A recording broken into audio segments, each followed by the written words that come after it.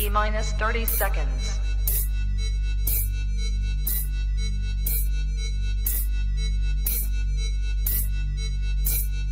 T-minus 20 seconds.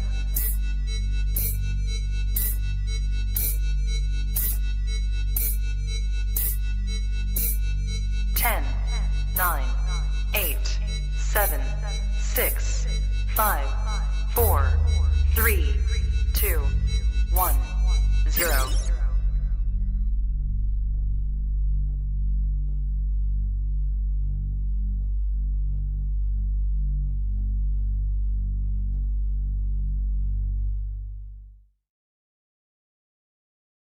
Saturday, everybody. It's me, Jim Black, on the Trap Talk Reptile Network, the coolest reptile network in the world. Welcome to episode 25 of All Monitor Talk. I'm here with my partner in crime, Mike Stefani of Mike's Monitors. Hey, my dude. Hey, how's it going, Jen? As always, I got to tell you, you're looking good. You're looking real good. Thank you, thank you, thank you.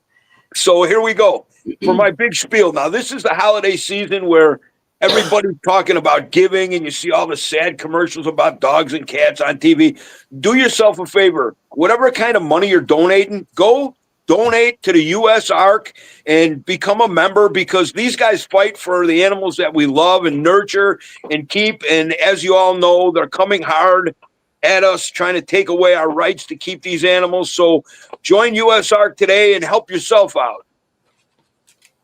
Hey, everybody. Our sponsor today is Blake's Exotic Feeders. You want some high-quality quail at good prices? Hit up Blake's Exotic Feeders for all your reptile needs. He's the man.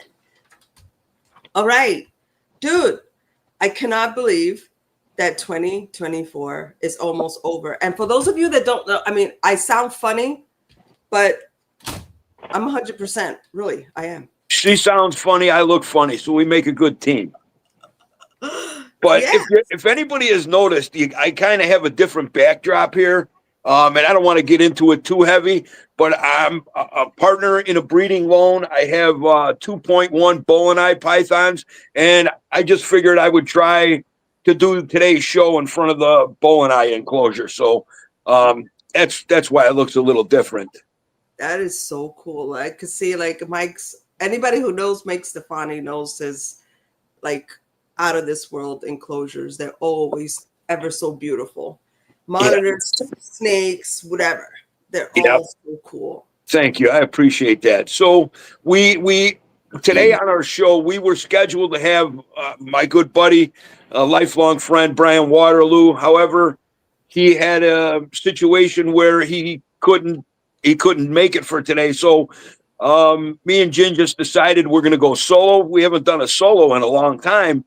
And then MJ kind of said maybe we should recap, like, the past year. How many episodes? 25, is it? Yeah, 25. 25. So, yeah, we've had, a good run with this. And so far, it kind of got off track a little bit where, we were doing every other show solo, me and Jen talking just between us.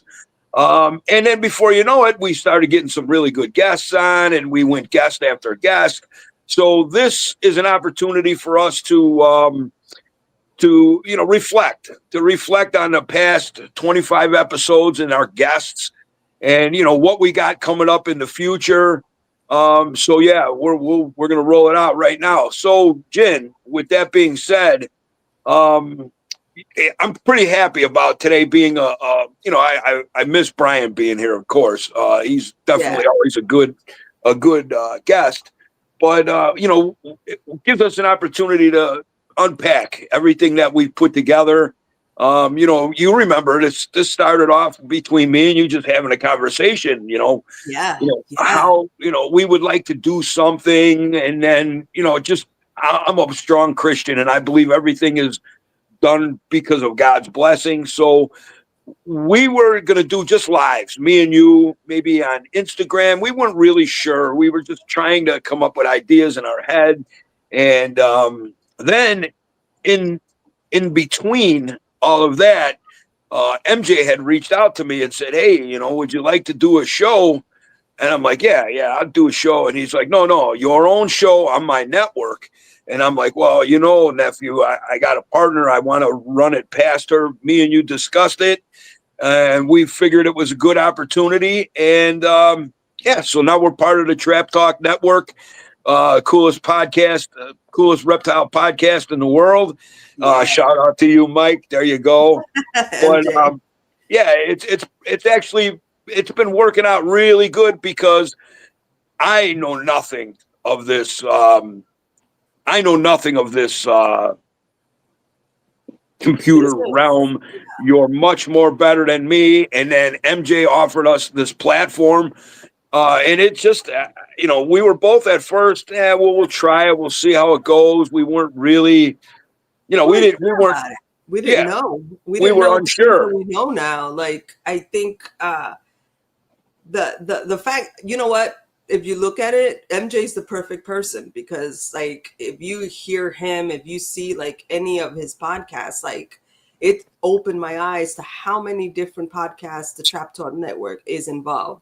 Like, any of you out there who's watching this, there's a podcast on the Reptile Network, on Trap Talk Reptile Network for everybody. We got snakes, we got monitors, we got everything. And I'm pretty sure Mike does.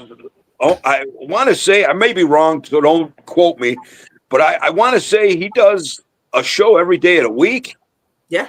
He has some kind of, podcast, reptile related every day of the week. And of course, he's got Dave Levinson, just a lot of great people. And, I'm always cracking on ball pythons and, I've been around a long time. But you know what? To really admit to it, like, ball pythons is where 90% of the people coming in start, and that's fine. Not everybody stays there, and then before you know it, you got more people in the monitor community and so on. So, yeah, he reaches a lot of people. It's very good. Yeah, and one of the things too is, like, a lot of our guests, like, obviously I've known them on social media. Like, we've always collaborated on. Hey, look, we're going to get this person and we want to get this person on the show and what have you not. Like, a lot of these people, like, I'm friends with on social media, but I've learned so much from the podcast, like actually talking with them, and between you talking with them, like, hey, you did get this. And I'm just like, did he just say this is the first time this person's done this and they're successful at it? Like, that to me is betterment for me as an individual. Like, I've learned. Yes, and I'm a big believer. Like, I've been doing this a long time. I know a lot of stuff. I've done a lot of stuff. But, if it ever comes a day where I think I know it all, then I might as well hang it up, because I learned something new with these animals, from these animals every day. And really, surprisingly, people that are long-term in this, you kind of get in setting a pattern, a rhythm, whatever that you're doing. And every now and then a newbie will come on some podcast or whatever, and they'll say something. And it's like, it clicks in my head. It's like, holy shit, man, it's been a long time since I've even thought about that. And then, it puts you back in a different mindset of thinking outside of the normal box, because I've been doing it a long time and I'm kind of set in my ways. And then to hear somebody, and I'm only using this word because I'm not a wordsmith or anything like that, like somebody who's naive, and they'll ask a question and it's like, wow, man, the light bulb goes off in my head. And it's like, wow, I haven't thought about that in a long time. It's a really good point that they bring up, and it gets you to thinking, and there's always something new to be learned. And I generally learn more from new people coming in and asking these questions that most people would think, what's this guy been in the business, a year, 2 years? It's like, yeah, but that naive mindset is what gets us all thinking. It gets us all, well, what if I lowered the basking temperature? What if I highered the temperature in my room? What if I used UVA or UVB? So these are all good. No, there's nobody knows everything, and nobody's a dummy. There's always something to be learned and something to offer. Yeah, no question is a bad question. The question you don't ask is the bad question. And don't ever, when it comes to Uncle Mike and Jen and the way we think and our presence on Facebook or social media, we're never going to be the one that says, "Oh, dummy, he shouldn't even have that." No, I'm never going to say that. What I'm going to offer, what Jen is going to offer, is ways to improve on what you have, because we're not trying to shun people. We're trying to draw them in and maybe make them see the errors of their way. And it's just all for the betterment of the hobby. Yeah, and the animals, and definitely like I don't know, like 2024 was like, I don't want to say it's like a reawakening, but I think it's one of those personal steps in a different path sort of thing. It's like you might be, breeding such and such, you might be successful with A, B, and C, but you're picking up these bits and pieces, and now you're like on a new trajectory, so to speak. We had Brad Gerke, which I watched his, the bio builds and stuff like that. And it's like his story and his successes. And Brad is an amazing guy. He's an amazing friend. And in his creativity and his eye for design, I love it, because me and him, I guess I'm a mentor to him. And so it's like the master and the apprentice. And the way I truly feel in my heart of hearts, I love Brad. I love Brad because he pushes me to do better. Right. And, so that's what this industry and this hobby needs, is people who, don't be jealous. Like, I could easily become jealous of Brad. He does great, amazing things, but I'm not jealous of him. I cheer him on, and to see him, like, his abilities with the camera and YouTube and how he explains everything is just, I'm brash, loud, kind of in your face. I skip over points, and Brad is so meticulous and, easy to listen to. And, so he's really going to better what I've always loved about this hobby, and that's creating naturalistic habitats for our animals. They deserve it, especially in the monitor world. These animals aren't dumb, and they benefit from naturalistic enclosures. Absolutely. So Brad's really pushing the envelope. He's got a big thing coming up. So anyone who knows of Brad Gerke, Brad's Bioactive Builds on YouTube, he's got something big coming up, and you guys are all going to want to pay attention. So, and I'm not going to let the cat out of the bag. That's for Brad to do. we'll let him do that. We'll let him do that. But trust Uncle Mike and Jen. He's got something big coming up. Yeah. And like, I know that, like, I remember talking to you about one of our guests, and I love doing like this whole, because every now and then it'll just pop into my head as far as going back and thinking about who we had on and like how the podcast, every now and then, I'll have the podcast on in the background, one of the older ones. So everybody, if you want to go back, you could find all of the episodes of All Monitor Talk on the Trap Talk Reptile Network. But I remember one of them in particular was with Christy Maney of Mother of Reptiles. And I'm going to imitate you right now. You're like, Jen, I don't know about that sausage stuff. Like, I don't know about that stuff. The kind of stuff that go like, I don't know. I don't know if that's the sort of thing that we want to be giving our monitors. Like, this is All Monitor Talk. I don't want to steer people the wrong way. Like, I don't know. And I'm just like, and I'm like, Mike, listen, she knows what she's doing. Like, she's well aware of all whole prey and what that truly means and stuff. And again, with Christy, another great suggestion for a guest, Jen. Great guest she is and was, and of course we're going to do her again. But like, you got to understand something. Why I was that way back in the early days of like the early 90s through the mid 90s. There was a lot of people who made snossages, and I will just always call them snossages because I'm just a knucklehead. But, you know, and I've seen everything stuffed into a sausage casing. So I'm glad you brought this up at this point, because it's another point I wanted to tag on in this episode. And what a perfect segue with Christy Maney, as, you know, she's the mother of all reptiles. Yes, that's her business. Sausages, or yes, whole prey sausages. Whole prey sausages. Also has the ground cups, so you don't have to get them in sausages. So I am never going to be the guy who says, yeah, if your wife is going to the store, yeah, it's okay to get a little ground turkey every now and then. You're never going to hear that from me. Mm-hmm. And the reason for it is, you got to hear me out. It's so I'm not offending anybody, I hope, and I don't mean to be, but human beings, we're freaking lazy. We have escalators. We you know, I have a chairlift, but I'm kind of handicapped. But we have escalators that people don't have to walk upstairs. Come on, man.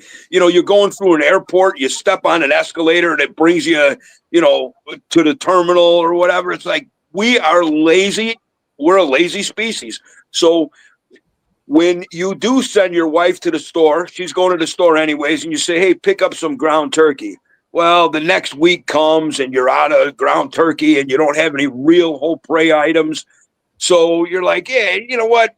It worked last time. Just give me another ground turkey or chicken livers, or and all that is fine and well. If you gutted a chicken and you pulled its liver out and its heart out and its feet out and its beak and all, and you give it to them separately, that's all fine and well. You got to understand something. I worked in a grocery store.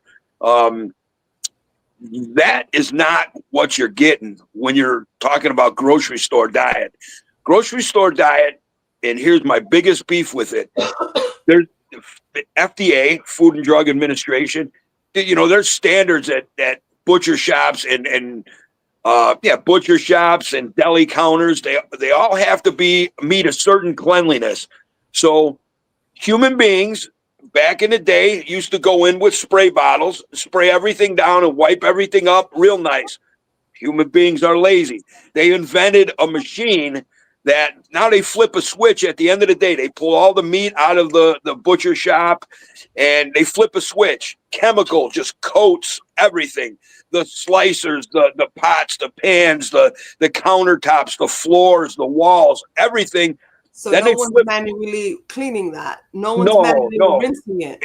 And because it's not being manually cleaned, these chemicals are more and more toxic, because now you don't have somebody scrubbing and wiping. So these chemicals have to be very strong to kill bacterium and stuff. So what happens is they flip another switch and everything gets rinsed with scalding water. And now the next morning when the butcher comes in, what does a butcher get in? 4 a.m? Okay.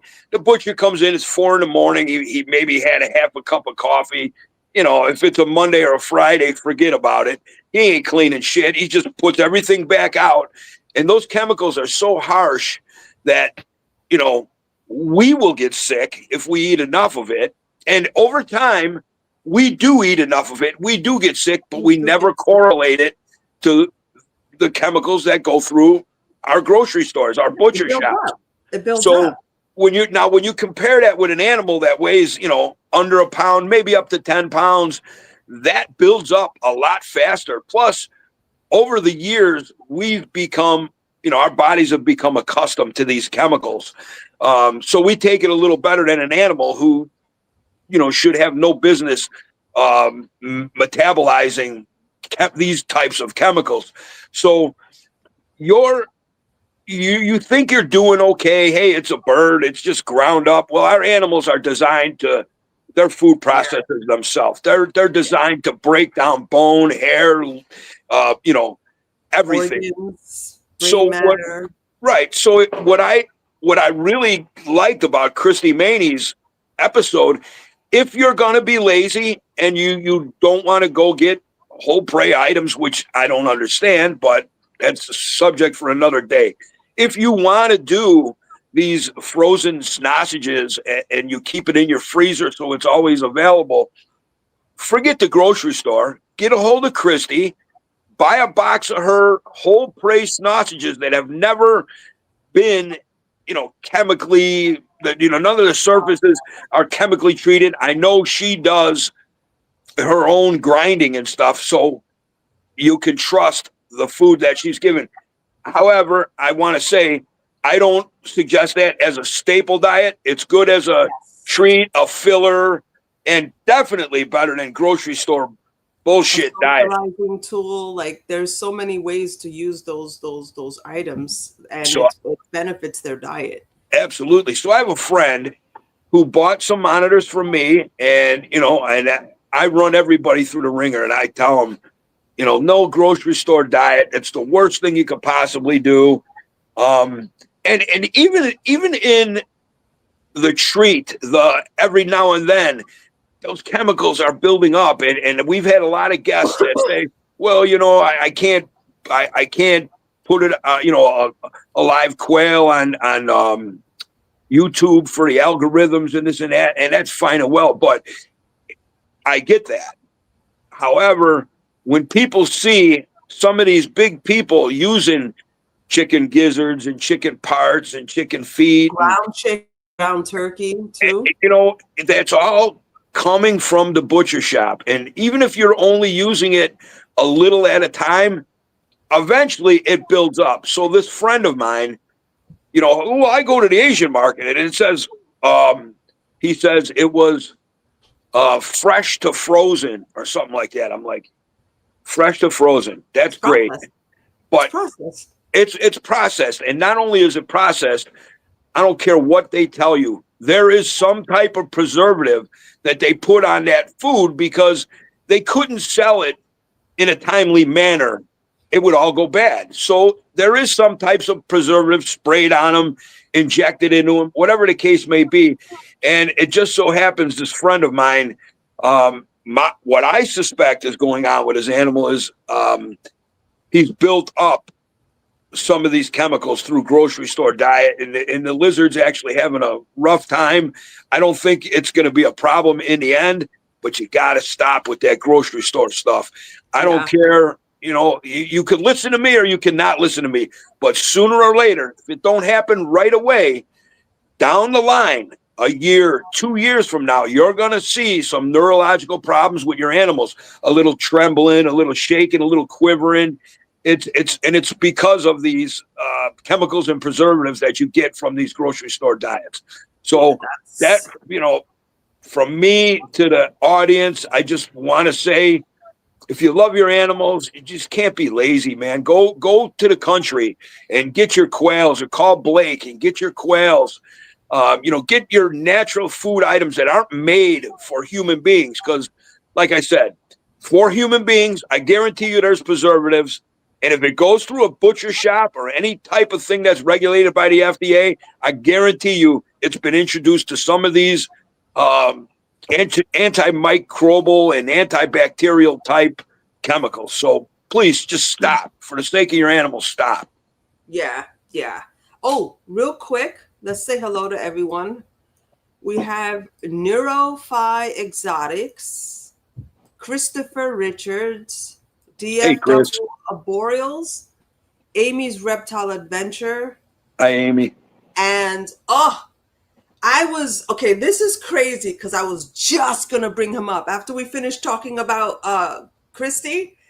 I was gonna start talking about Tam. Oh man, Tam. That dude he says, hi guys, you should let us new generation breeders come on Trap Talk. You got it. Tam. Soon we need to talk. And he gave us a super chat. Thank you, Tam. Thank you. Okay, so we were talking about guests that we like and we've had. So, and we'll get back to that. But Tam gave us a super chat, so he gets a little special attention here. Just so you all know, any of the super chats we get, by the time YouTube or whatever it is takes their little bit of money, whatever money's left, we put it back to the US ARC. So we're always contributing and helping to that. And that's where our super chats go. So thank you, Tam. And yes, Tam, man, you came out of left field, brother. I can remember let's say 3-4 years ago, you were just buying monitors.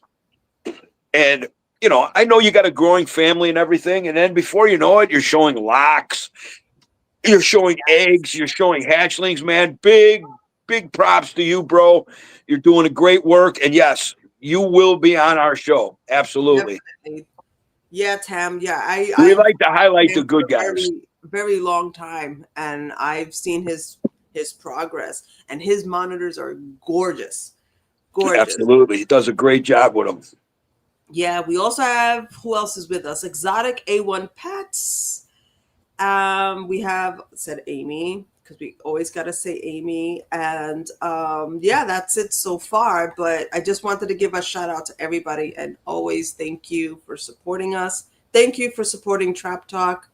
And yeah, as Mike had said, keep supporting US Art so we can keep our beasties. Like, that's absolutely. So yeah. And not only keep them, but keep them freely in our way. We don't want to be regulated, because, you know, I hear people sometimes say, well, if the zoo had them, let me tell you something. Don't get me going on zoo stuff, but zoos are so regulated by, you know, I don't know what a zoo is. They're not privately owned, they're publicly traded or whatever. So there's a board. They have a board of administrators, literally, to change the diet of an animal. You know, an animal, and let's be real here, to change the diet of an animal that's actually in some kind of a health crisis, they have to run it through a board. And by the time they vote on it, this and that, you know, as the private sector, we would have corrected the problem already. But they have to, you know, their hands are tied. So we don't want to be regulated like zoos are, to where our hands are tied, where we can't do what we know is right for these animals. And I'm not cracking on zoos, but it's just a fact. It is a fact. You got to run everything through a board. So if things get delayed, and our animals sometimes need us now, not after the board discusses shit. So another rant from Uncle Mike.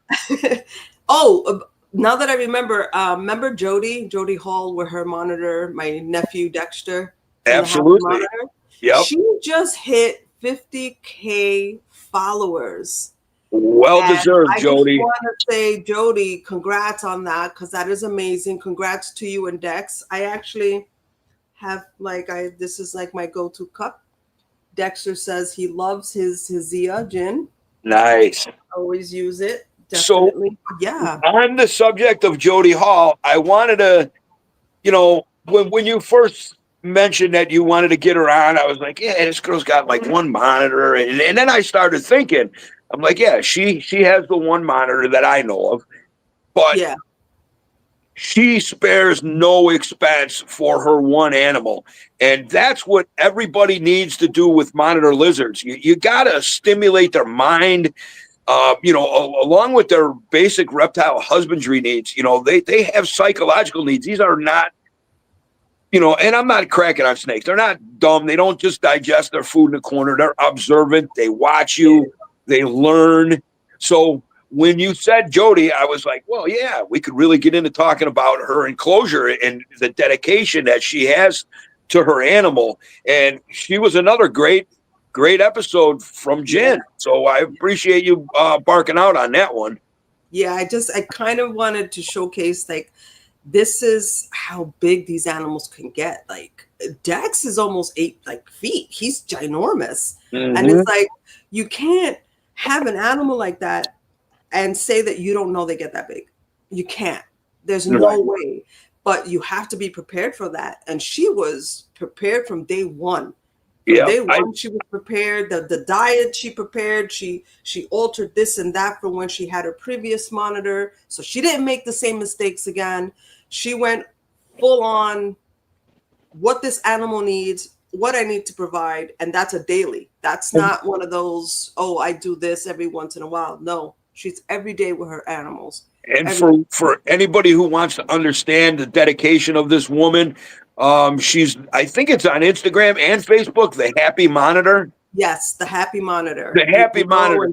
So go give Jody Hall and Dexter a follow. Yes. You won't regret it. So no, absolutely not. And what is up with Nikki? That guy is like freaking, it's like he's hit the lotto of reptile monitor breeding. Like he's just killing it. Nikki Lillis, everybody, of Unlimited Exotics is absolutely. Yeah, Nick Lillis, he's the future of monitors, and the reason I say that,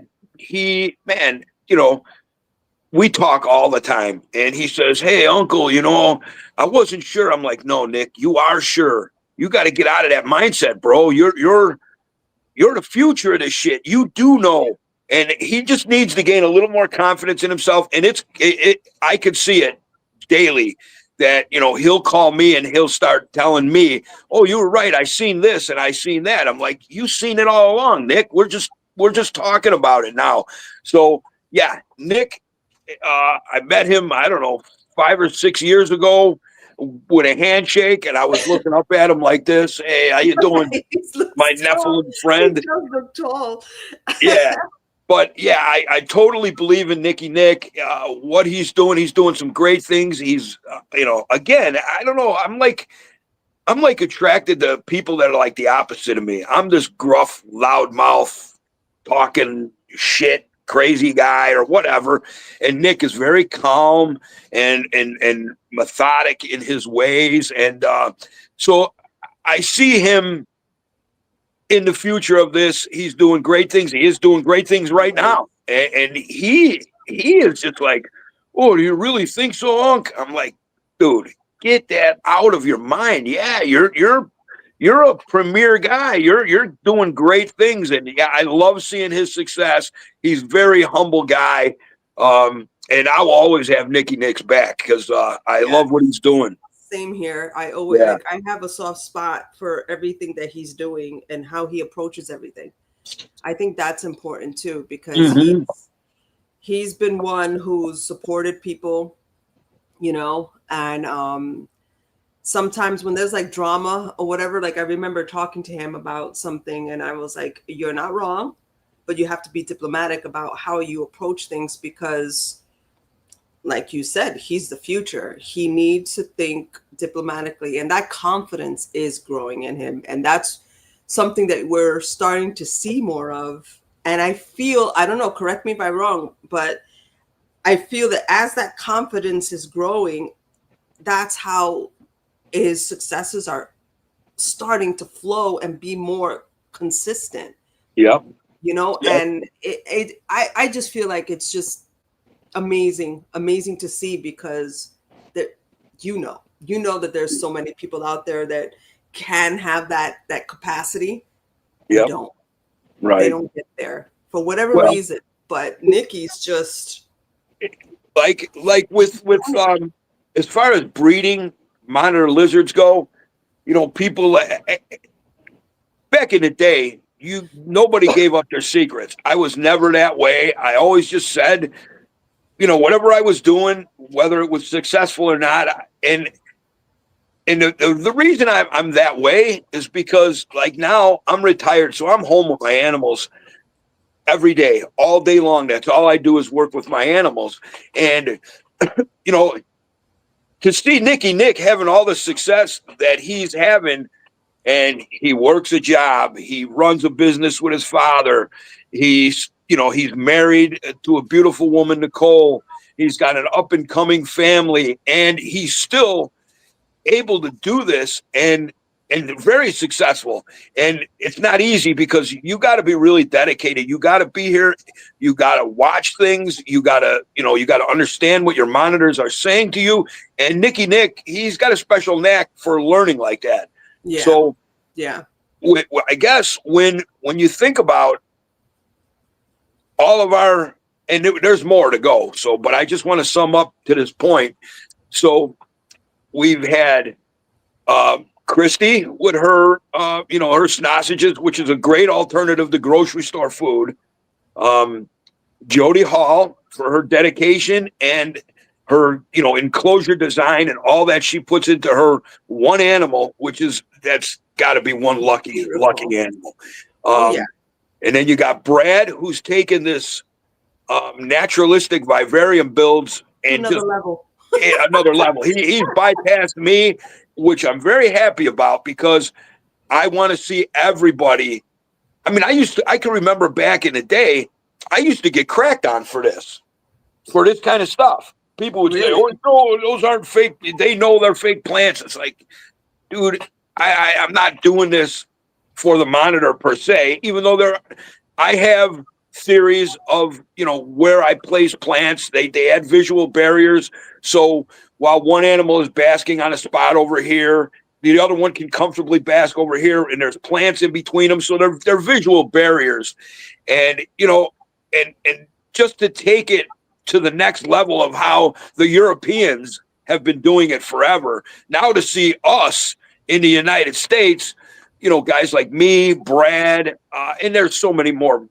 Will, Bryan Waterloo does great naturalistic enclosures, and it's just, that makes my heart so happy for our animals and for ourselves, because when you have somebody come over to your house and see stuff like this, they're like, "Oh, I didn't know that you can have it like that. I thought that was only in the zoos." No, it's not only not in the zoos, it's better than the zoos.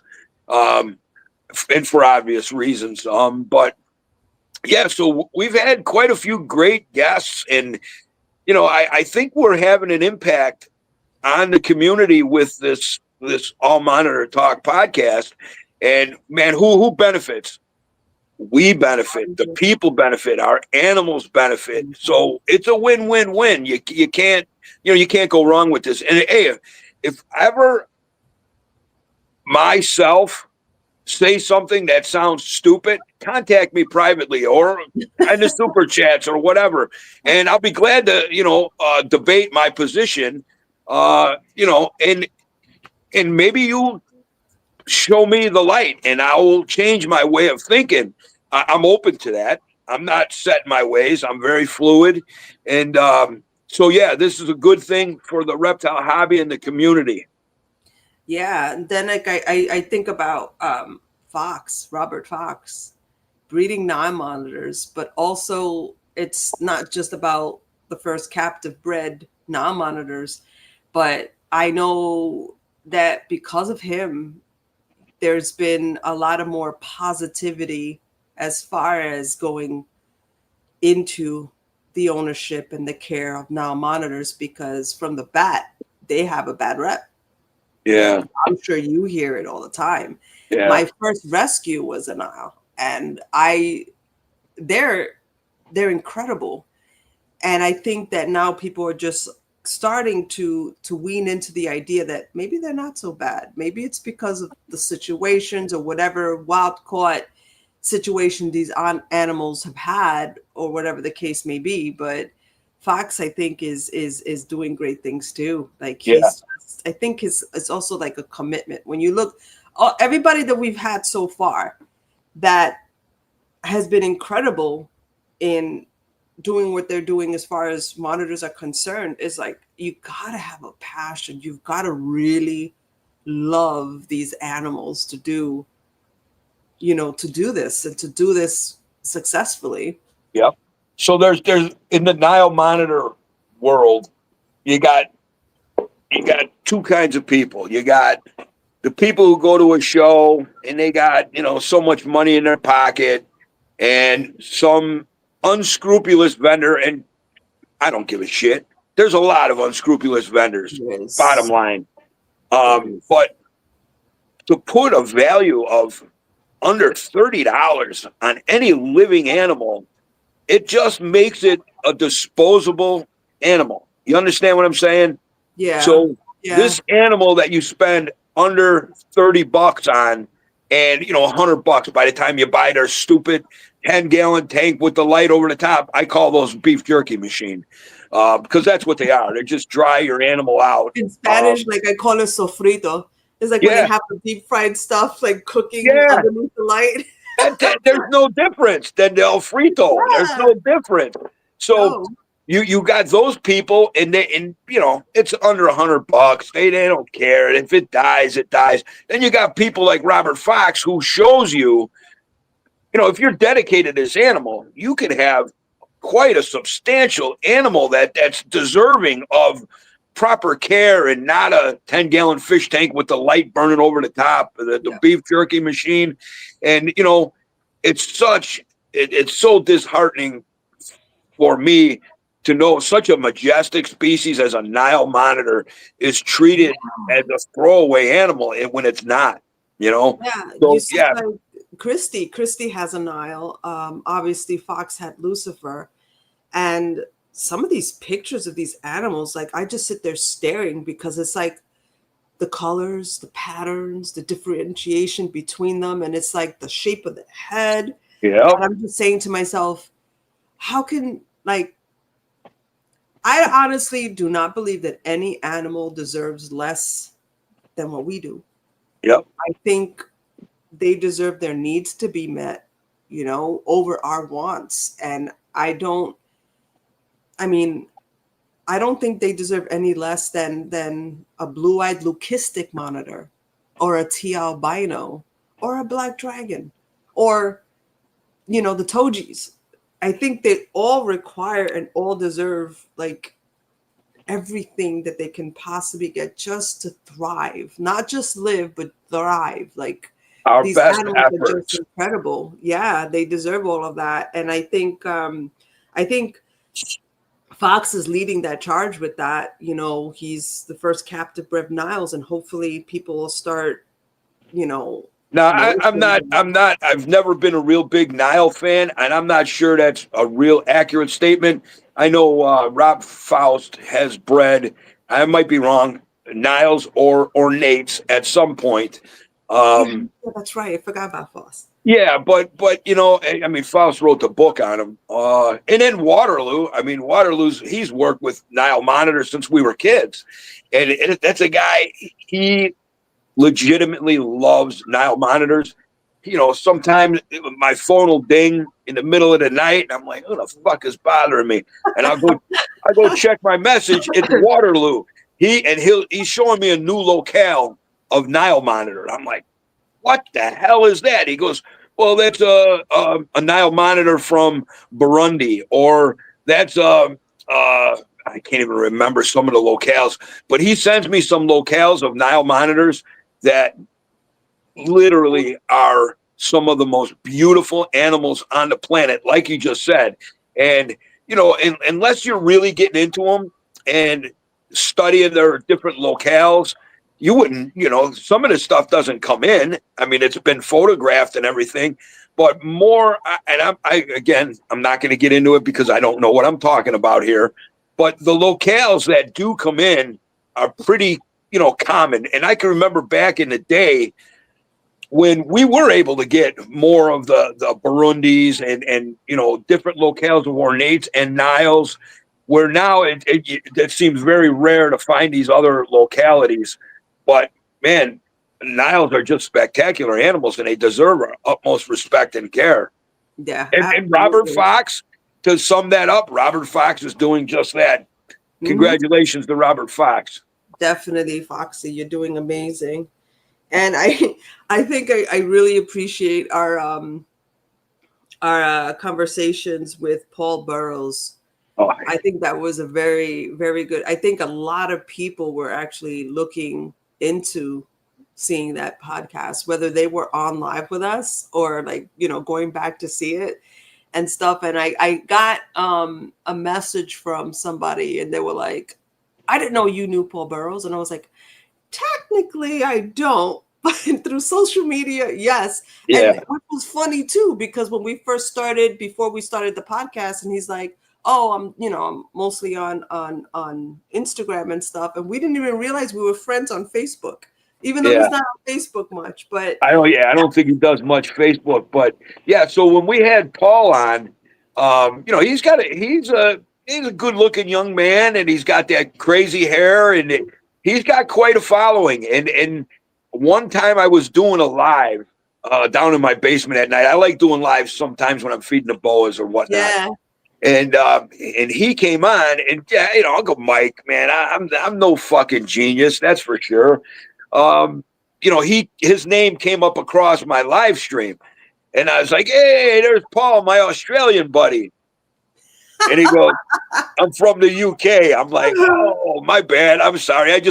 I heard that accent and I just assumed he was Australian. So, yeah, my bad, Paul. Much love to you, young man. And yeah, he was a great guest and smart young man. Yeah, I'm actually looking forward. I think he mentioned next year. I think when more time frees up and stuff, because he had just moved and everything like that. He's going to start up again with his podcast and stuff. And when we chatted just one-on-one, he mentioned his format of his podcast. And sometimes it would go from 2 hours to 4 hours. Like he'd sit at a pub in a very relaxed setting and have a freaking podcast talking about reptiles, talking about monitors. I'm just like, you mean I could grab a drink and sit down and just like shoot the shit or just like fucking listening? That's amazing. Like, yeah. I love his approach to it. Yeah, I know Dr. Warren Booth, he's a mentor of mine in the boa world. He often sits at a pub and joins podcasts and stuff. So, yeah, I mean, that's not, 1 hour, Jen, when we put this thing together, I just assume people are like me. And, I got a very short attention span. 1 hour, I don't have a problem giving anybody 1 hour of my time. But, some of these podcasts I noticed that go real long like that, it becomes a little mundane. And towards the end, you get a lot of the, and we didn't want that. We wanted to come at you hard for an hour and give you as much information and conversation as we could in that hour and then cut it off to the next one. And we could always recap and we're always available, you and I both, on social media to answer any questions or whatever. And, if anyone ever has a beef, I'm not a shy guy. You want a beef or you want to debate, whatever, contact Jen or myself, and we'll put a show together where you can, say your beefs and I can rebut and so on. But nothing but love from me and Jen. That's all there is to it.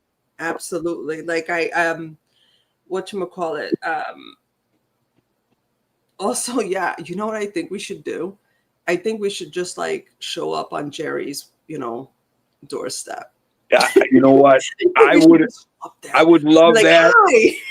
I would love that with Jerry. I would love it with Tom Crutchfield. Yes.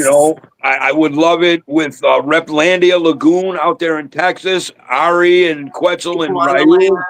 Iguana Land. Yeah, the only problem is I'm supposed to be going to California in May to give a talk at the Reptile Talks. And Uncle Mike's just not big into traveling. My daughter, Sarah, has convinced me that we're going to go and do it. But yeah, I'm just not a big traveler, Yeah, I'm going to make my rounds in Florida. Yeah. But yeah, like Jerry's like again, he was, our guest, our last one. And him and Kagan have like some beautiful animals and that whole outdoor setup. Like, yeah. I mean, Crutchfield has it as well. Like, they have that capability of making these habitats for these animals to actually hang out outside and do their thing outside. And Tom Crutchfield, he's the OG. He's been doing it. He's been doing it. He's been doing it like I know it's more than since the 70s, but he's been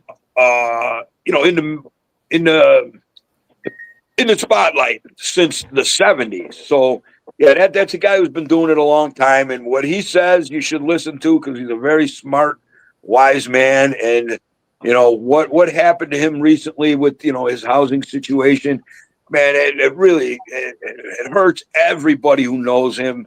Yeah, I mean, fucking banks and corporations and stuff, man, they should just let that guy be on his property, and it is what it is.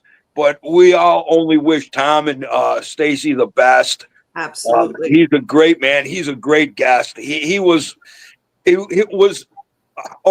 highlight of my life to have him on. Yeah, like I think, as far as like Tom Crutchfield's concerned and Stacy, I think they're resilient. I think they're going to come out ahead. regardless. And the last podcast that they were on, I forgot his name. It's your friend. Oh, I can't remember. Anyway, it was basically the last walk on the old Crutchfield farm. Oh, Dave Kaufman's. Yeah, that one. Dude, I watched that one. And sorry, Kaufman, I completely forgot your name. You have to understand, I'm like battling sicky. So, okay. That's that was heartbreaking to watch. That was, but again, like I honestly believe, because like people like Tom Crutchfield, like you said, are the OG. Like I love the transitioning that his life had taken and how much of the reptile community pretty much owes him, like, that he took and everything. But he's going to Okeechobee. Yeah, he's just going up north a little bit. Yeah. Yeah. I think he liked it down there in Homestead in the muck fields. That's Tom is like, he's like part of that habitat. If you ask me, he's part of the southmost you can get in Florida. He's part of it. He's part of that swamp. Yeah, excuse me, guys. I have a lot of snot. No problem, Jen. That's very attractive of me. Yes. But anyway, so we had definitely the OG Crutchfield, which Crutch, Stacy, I wish you all the best. You guys are gonna come out on top. I'm a firm believer of that. And who else do we have? We had Fox, we had Nikki, we had Jody of the Happy Monitor. We've had Chris Applin. Happy, yeah. Another guy he's another future guy in this stuff, and he's expect nothing but greatness from him and Folsom, or I believe that's his partner's name, Peter Folsom. If I'm saying that correctly. But expect nothing but great things from those guys. We had Matt Kosman, who's another personal friend of mine who does great things with tree monitors. He's very reserved and meticulous in his cage builds. Another great guy. I mean, we've had some of the best guests on this podcast that I am so grateful. I can't even believe at 60 years old that I'm in this position where I get to talk to some of the best minds in the world. I mean, we've had international guests. So we're doing some good things here, Jen, and I couldn't have asked for a better partner to do it with than you. Alrighty.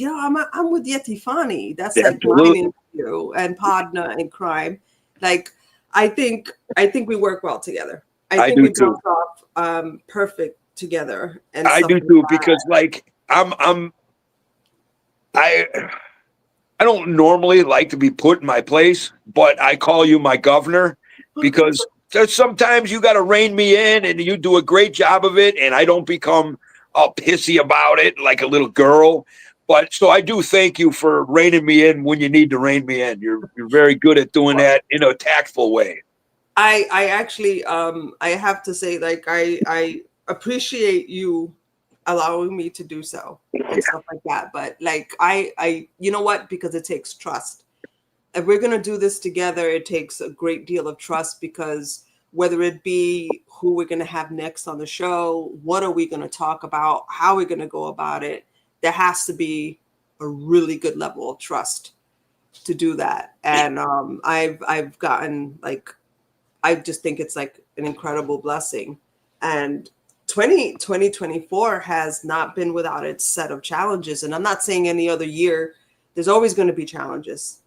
Anybody in the community, especially in this economy, knows there is some serious challenges going on and whatnot. But we have a question from Aurelio Siracusa. Mike, do you work with Tanzania? Yes, I do. I have. So Tom Crutchfield was kind enough to, he gifted me a male, and anybody who knows me, I can't have one of anything. I always got to have a pair. So shortly thereafter, I tracked down, so Tom he gifted me a male Sanzinia that is, now this is Sanzinia volantanae. It's not the Madagascarensis. So these are Westerns, not the Easterns. And in my opinion, I kind of like these better because if you don't get a really good Eastern, then it's just kind of drab and blah. But if you get a really good Eastern that's mossy green, man, it's a beautiful animal. But these Volatanis from the western part of Madagascar, those are what I have. And when Tom gifted me to one, like I said, I got to pair them up right away. It's just the way I am. I'm a knucklehead like that. I don't want to wait. So at the time on Morph Market, there was, maybe 8 or 9 available. Pretty expensive animal. And out of the 8 or 9 that was available, I'm like, oh God, I don't want to pair that up with my beauty. The one I got from Tom is just gorgeous. So I waited, and it was driving me crazy. Jen, how that drives me nuts. So it was just driving me crazy. I'm watching every couple of weeks. I'm looking at, on Morph Market. And then, boom, I found a female that would actually pair up nicely with my male. So I went ahead and got that. And now I have a pair. So, yes, I am working with the Westerns. That is awesome. Yeah. So it's weird. I'm just looking at it's 12/14 now. Oh my God, we're almost done with the year. And I'm thinking, Amy just wrote, Jen, I'd be stoked to go with you down to Jerry's place and check out all of his amazing monitors. That would be epic.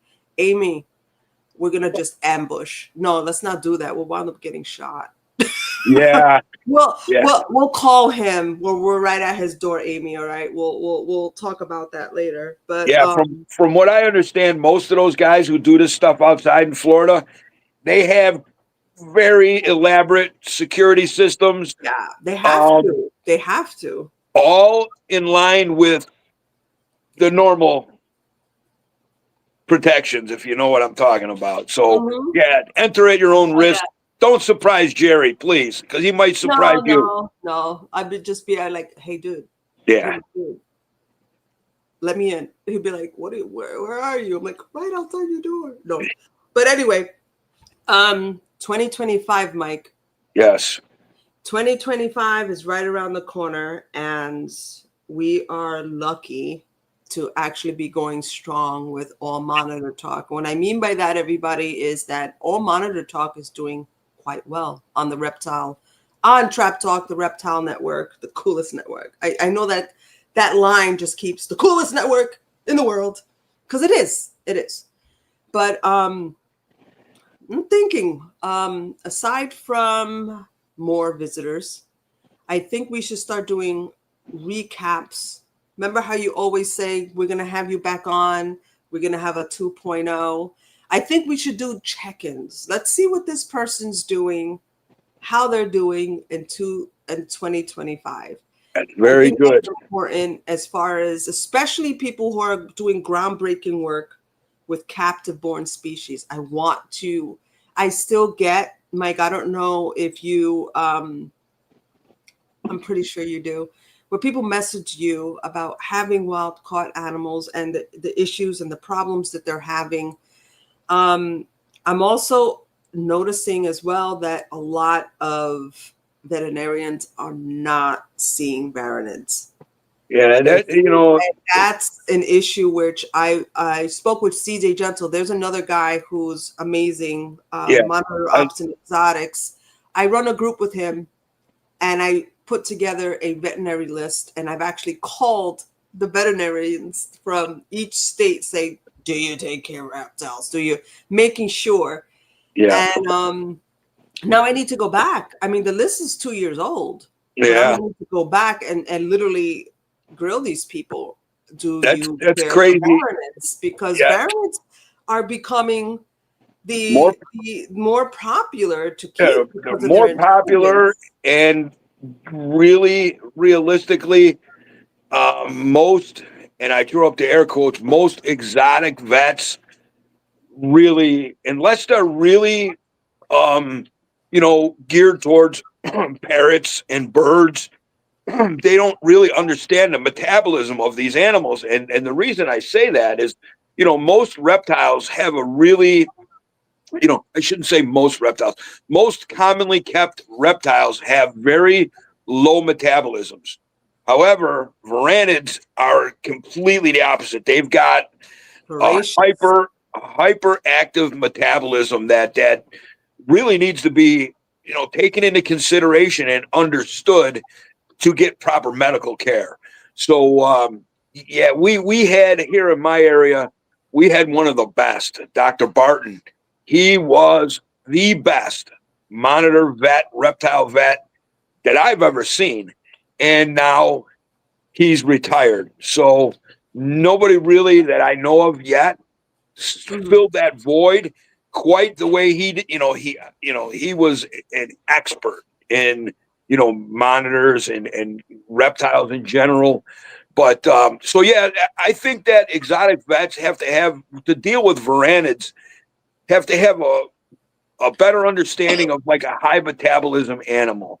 Yeah, I think when you do go to a lot, because I've been through it too.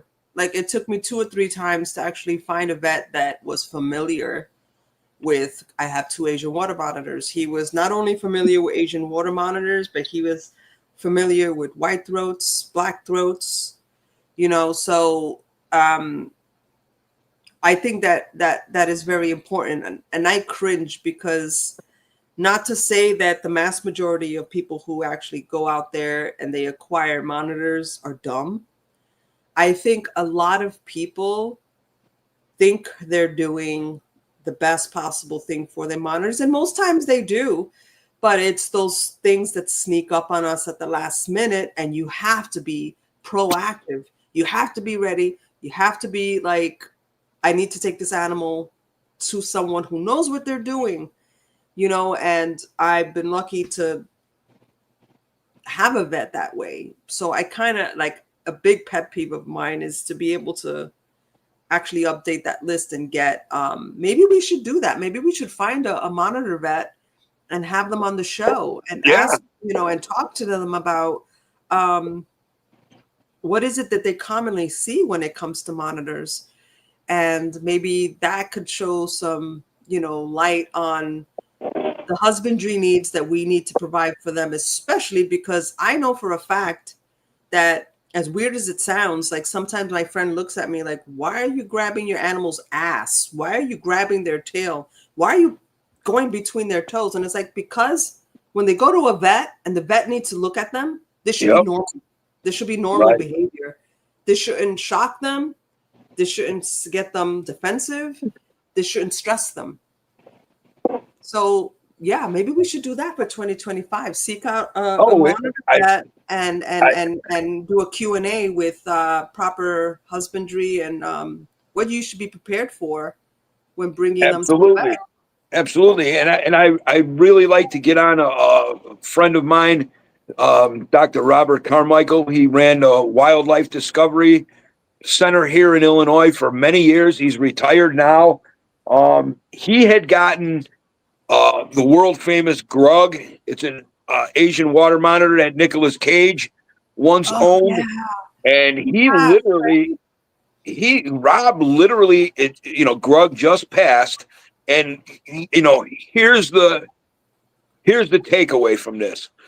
Grug passed after a documented 30-year life. 30 years documented. Who knows how old the animal was when Nicolas Cage got it. So, you're talking about animals that are very intelligent, long-lived, and need proper care. And what we're trying to do is, when somebody just gets a monitor, I just had a guy who bought something from me, and I just assumed the way he was talking to me, he knew what he was doing.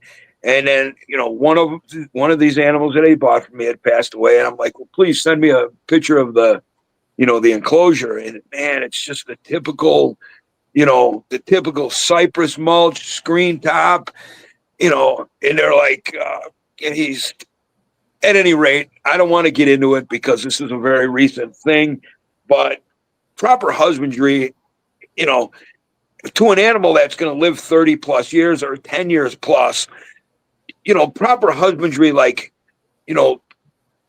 being too dry, being too moist. These all have effects. So monitor lizards need larger habitats to offer a hot side, a cold side, a moist side, a dry side.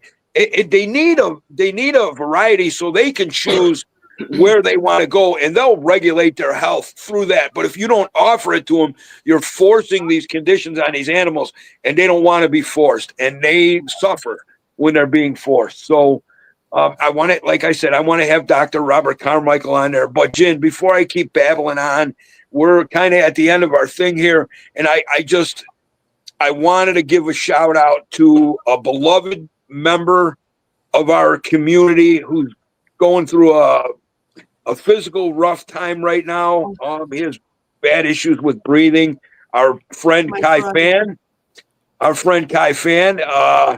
I just want anybody. I think he's Big Lizard something on Instagram, or Kai Fan on Facebook. He's going through a physical. Yeah. I've been sort of like a spokesperson for him and Lynn as well. Yeah. And, he's going through a thing right now. I wouldn't be, I would be doing myself and our community a disservice if I didn't give a shout out for Kai Fan. He's done some great things, a very personable guy. He'll help anybody out. So, and he's the Grasshopper King. So, look out for him. There's a GoFundMe going around. So, Jen, you could probably direct people towards that. I'm not real good with that stuff. But, again, our friend Kai Fan, he can use a hand. He can use some cheering up and whatnot. So, yes, please. He does need help. The GoFundMe is actually on my page on Facebook, or you can message me directly. And he needs a lot of support now. He's supported the community for many years and supported a lot of us as individuals and as friends. He's family. Him and Lynn are family to me. So it would be great. Share the post for the GoFundMe. Donate. They need help. And I want to say, Kai Fan has been around a long, long time. When I first started interacting with him, I didn't realize, I was a young man, but he was a kid. He was a kid, and he's been in it the whole time. That's my little brother. And he's got beautiful hair, man. Uncle Mike is jealous of that hair, man. He does. But if anybody, reach out to Kai and help him out if you can. Share his stuff. Do whatever you can to help. And again, I want to try to get all this in. Again, Sim Container, John Adranya. John, love you, John. He's my cousin. Well, he's not my Italians. We say that he's my cousin, but we love John, and we love John, and he's the inventor and creator of Sim Container. And I always say this: probably the most revolutionary reptile-related product to hit the market in 30, 40 years easily. It's a great product that he puts out, and it's beautifully made. And how can you not root for John? Yeah, John is one in a million, that's for sure. And I went to high school with him, so he's amazing. You went to high school with him?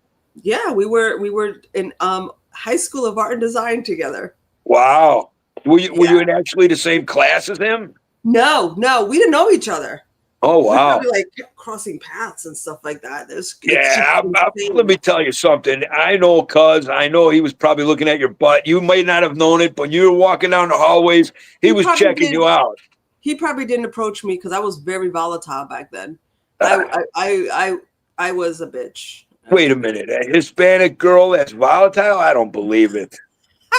Yes, I was. And before we shut down, Brad joined us and he says, damn, I missed most of the live. I'll have to catch up later. Hope everyone is doing well. Brad, we actually spoke about you. So, and he also gave us a super chat. So thank you so much, Brad. Thank you, much brother. love to you. Absolutely. And hey, Brad, when you go back and you listen to, I didn't mean some of the bad things I said about you, bro. So, Brad, I will not let that happen. But you see what I did there, Jen? Now that guarantees he's going to go back and say, "What that motherfucker say about me?" Oh, what did he say? Yeah. So, all good. Did we miss anybody? Because I mean, I know I'm sure we did, and we're probably going to hang up here in a minute, and I'm going to kick myself in the ass, and you're going to kick yourself in the ass. But for like Jen is just trying to relate that I interrupt all the time. I'm a big mouth, so. But from me, very quickly, I want to say anybody that we have forgotten to mention on this, I'm sorry. And of course, one more quick shout out. Thank you, MJ, for putting us on this platform. We really appreciate you and all the stuff that you're doing in the reptile community. US ARC, we love you. Anybody who keeps these animals, you got to join US ARC at a membership rate. Volunteer at any shows, donate animals for auctions, NARBC. There's so many people we could thank, and we appreciate y'all. Go ahead, Jen, take us out, and remember anyone else you want to. Yes, I want to give a special shout out to everybody on Monitor Lizards and All Things Reptiles. It's CJ's and my group. Thank you guys for always posting and assisting everyone else in a very respectful and kind manner who have questions on reptile keeping. Thank you for sharing your stories with us. Everybody who has joined the chats on All Monitor Talk, thank you so much for joining me and Mike and sharing and just supporting us. And again, thank you, MJ, for allowing us to do this. This has been something Mike and I have been wanting to do, and you made it a reality for us. So, guys, please join us for 2025. Mike and I have a lot coming, and yeah, that's about it. And just a quick thing I want to say, we're going into, I believe it's either the fourth or the fifth year of Monitor Fest that Bryan Waterloo puts on out here in Mokina, Illinois. Big things coming for Monitor Fest as well. So stay tuned and look out for the updates. Bryan, I hope you heal well from Bryan, what you're going through. You back. We want you 100%, buddy. Absolutely, Bryan. But again, Jen, thank you for being the best partner I could ever even imagine. I mean, I never thought that this would turn out the way it's turned out, but man, this has been huge and I love it. And we're going to keep going. That's right. And guys, please join us on December 28th. That'll be our last podcast for the year. And 2025, we have a lot more to share with you on All Monitor Talk from myself, Mike, and Trap Talk, the Reptile Network. Everybody, please enjoy your weekend, the rest of the weekend, that is, and be safe, be good. Until next time. And Merry Christmas, and God bless you all. And we'll see you. We'll see you real soon. Bye, everybody. Thank you. Thank you, Jen. Bye-bye. Bye.